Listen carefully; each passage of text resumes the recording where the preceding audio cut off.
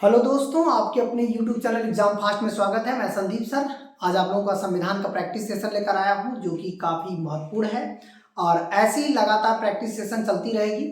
आपका जो भी प्रतियोगी परीक्षाएं आप देना चाहते हैं, इस प्रैक्टिस सेशन के माध्यम से आपका कॉन्सेप्ट क्लियर होगा और आसानी से आप परीक्षाओं को निकाल सकते हैं। तो चलिए हम लोग आते हैं आज के प्रैक्टिस सेशन की बात करते हैं।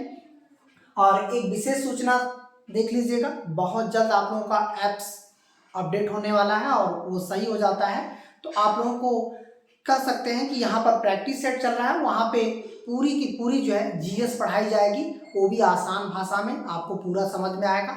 आप लाइव भी देख सकते हो और वीडियो रिकॉर्डेड भी देख सकते हो। चलिए हम लोग आते हैं आज के प्रैक्टिस सेशन की बात करते हैं।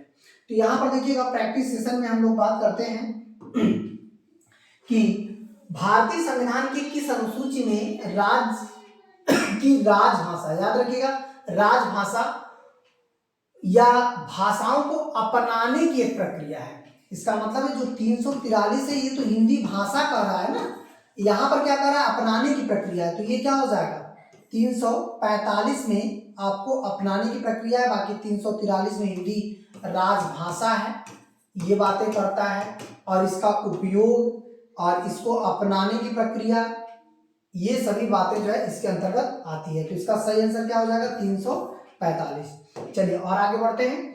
यहाँ पर देखिए, भारतीय संविधान में भारत की आधिकारिक भाषा से जुड़े प्रावधानों को संसद में संशोधन कर सकती है। इसका मतलब है किसी भी भाषा जो आधिकारिक भाषा होता है, उससे जुड़े मामलों को संसद किस बहुमत द्वारा संशोधन कर सकती है, बात ये कहना चाहता है। जैसे साधारण बहुमत, जैसे आपका 1/3 होता है, ये साधारण बहुमत होता है। 2/3 जो होता है, इसे हम लोग सामान्य भाषा में विशेष बहुमत कहते हैं, विशेष बहुमत। तो याद रखिएगा, 3/4 जो होता है, ये कोई बहुमत नहीं होता है, यहाँ पर 1/3 सदस्यों, इसके अलावा समर्थन, सदस्यों का समर्थन की बात कर रहा है। तो जो भाषा से जुड़ी, मतलब 8वीं अनुसूची की बात मामला करता है, तो वहां पर याद रखिएगा विशेष बहुमत की आवश्यकता होती है। ये क्वेश्चन आपका सही हो जाएगा, 2/3 बहुमत।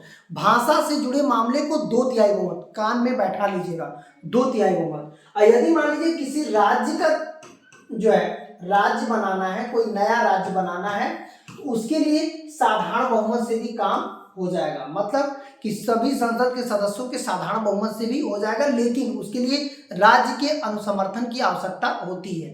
ठीक है, तो चलिए हम लोग और आगे बढ़ते हैं। तो इसका सही आंसर क्या हो जाएगा, 2/3 बहुमत। अब आते हैं, कौन सी भाषा संविधान की 8वीं अनुसूची में शामिल नहीं। देखिए, ये वाला शब्द बार बार देखा करिए आप लोग, कहीं पे सही है कहीं पे नहीं है, उन सब चीजों को बहुत ध्यान रखना है। अंग्रेजी, हिंदी, संस्कृत, उर्दू। तो इसका सही आंसर क्या हो जाएगा, अंग्रेजी। अंग्रेजी हमारी 8वीं अनुसूची में शामिल नहीं है। ठीक है, चलिए और आगे बढ़ते हैं। भारतीय संविधान के अंतर्गत कितने प्रकार के आपातकाल की जो है सोच की गई है, मतलब कितने प्रकार के होते हैं, 2, 3, 4 और 1। तो इसका 3 हो जाएगा, जिसमें आप देखेंगे बाएं स्थिति में लगाया जाएगा बाएं आक्रमण, दूसरा आपका हो जाएगा बाएं आक्रमण हो जाएगा, दूसरा आपका कह सकते हैं सशस्त्र विद्रोह, सशस्त्र विद्रोह के आधार पर भी जो है लगाया जा सकता है। तीसरा बात कर दें, बाएं आक्रमण हो गया, सशस्त्र विद्रोह हो गया, और तीसरी जो बात करते हैं युद्ध की स्थिति, इसमें हो जाएगा। अभी जो सशस्त्र विद्रोह था वो पहले किसके आधार पर था, आंतरिक अशांति के आधार पर। अब उसी को चेंज करके क्या बना दिया गया, सशस्त्र विद्रोह। इसका मतलब है कि अब ये हट गया है, अब इसके स्थान पर ये हो गया। तो हम लोगों को अभी भी 3 तरह के आपातकाल लगाए जाते हैं, एक बाएं आक्रमण, सशस्त्र विद्रोह और युद्ध की स्थिति में। अब क्लियर हो गया, तो चलिए हम लोग और आगे बढ़ते हैं। तो यहाँ पर सही आंसर क्या हो जाएगा, 3, याद रखना है। अब आते हैं आपका, भारतीय संविधान के किस अनुसूची के अंतर्गत किसी राज्य में राष्ट्रपति शासन लागू किया जा सकता है। राष्ट्रपति शासन लागू करने के लिए 370, ये तो भाई देखिए जेके के लिए बहुत विशेष राज्य का दर्जा है। 368, ये भाई देखिए संशोधन करता है संविधान में। 356, यही भाई देखिए आपका राष्ट्रपति शासन करता है। मतलब जो राष्ट्रपति शासन होता है, ये संविधान में जो है इसे कह सकते हैं कि 356 की तरफ। ये जानते हैं, ये राष्ट्रीय आपातकाल है। इसका मतलब है राष्ट्रीय आपातकाल। राष्ट्रीय आपातकाल की बात किया जाए तो ये हो जाएगा आपका 352। तो यहाँ पर सही आंसर क्या हो जाएगा, 356 यहाँ सही आंसर माना जाएगा। अब आते हैं, किसने कहा था कि राष्ट्रपति का आपातकालीन अधिकार संविधान के साथ एक धोखा है। मतलब इनमें से एक व्यक्ति ने कहा कि जब राष्ट्रपति अपना आपातकाल लगाता है तो संविधान के साथ एक धोखा माना जाता है। ये बातें किसने कहा था, ठीक है। तो ये देखिए, K M Munshi, V N Rao, K M Nambiar, Hridaynath Kunzru. याद रखिएगा, इस तरह का स्टेटमेंट जो है संविधान में किसने कहा था कि यदि राष्ट्रीय आपातकाल लगता है तो संविधान के साथ धोखा है, ये हृदयनाथ कुंजरू है। बहुत इंपॉर्टेंट है, इसको कई बार अलग अलग एसएससी आयोग, पीसीएस आयोग, आरओ, इसके अलावा अलग अलग परीक्षाओं में इसको पूछा जा चुका है, ठीक है। तो चलिए और आगे बढ़ते हैं।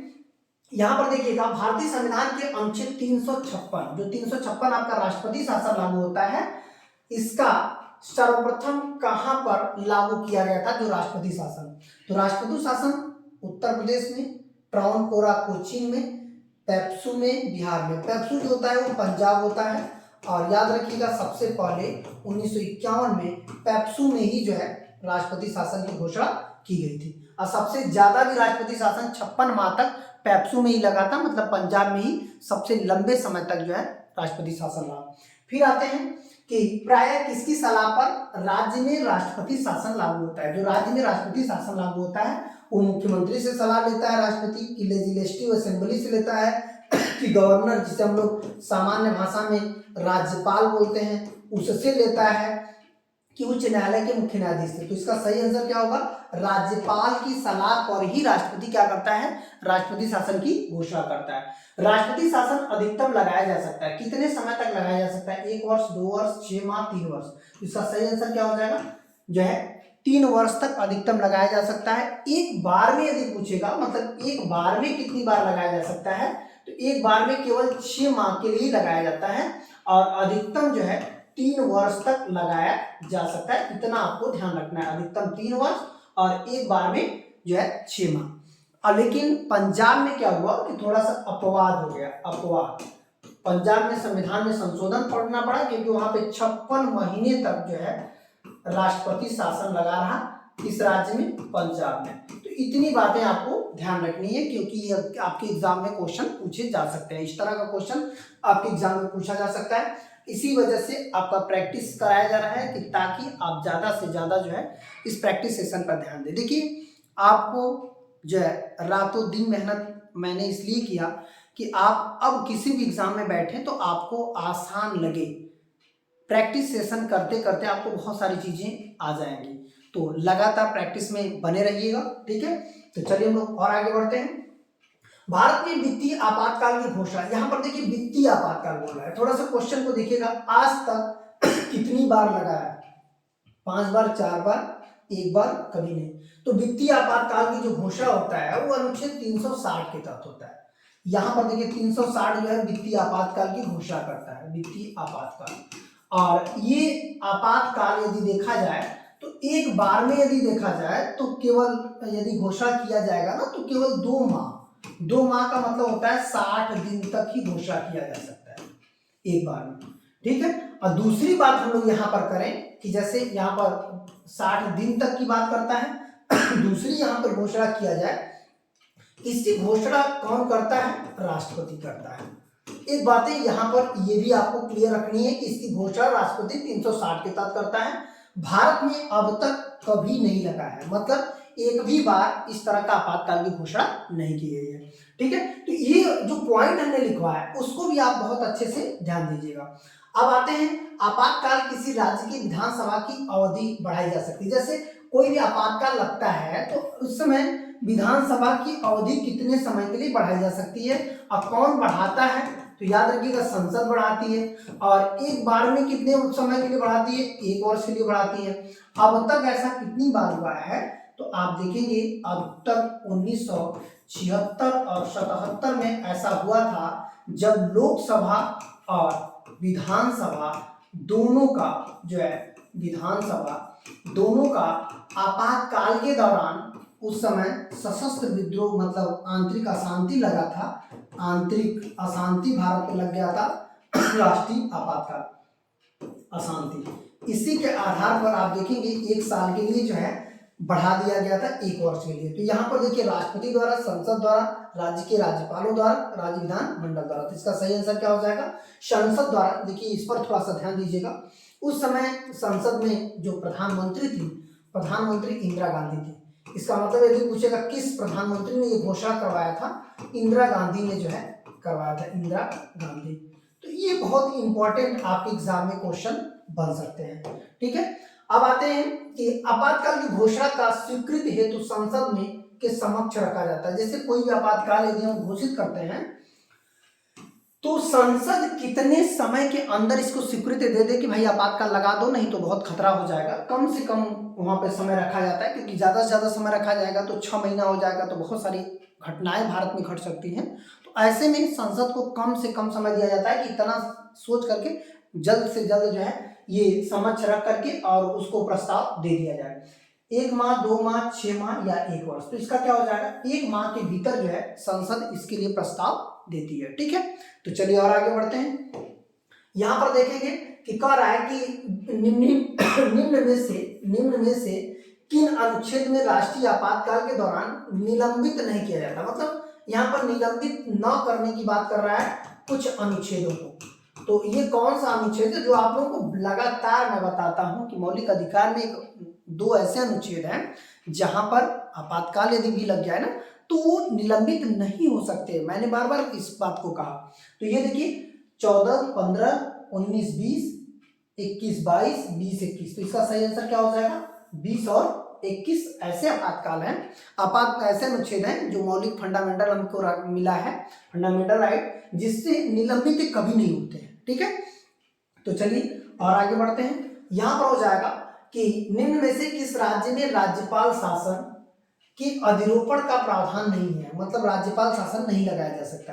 गोवा, हिमाचल प्रदेश, जम्मू एवं कश्मीर और मणिपुर। तो यहाँ पर देखिए मणिपुर जो है इसके अंतर्गत नहीं आता है कि वहां पे राज्यपाल, वहां राष्ट्रपति सीधे देखता है। इसका मतलब है कि वहां पे राज्यपाल शासन नहीं लगाया जा सकता।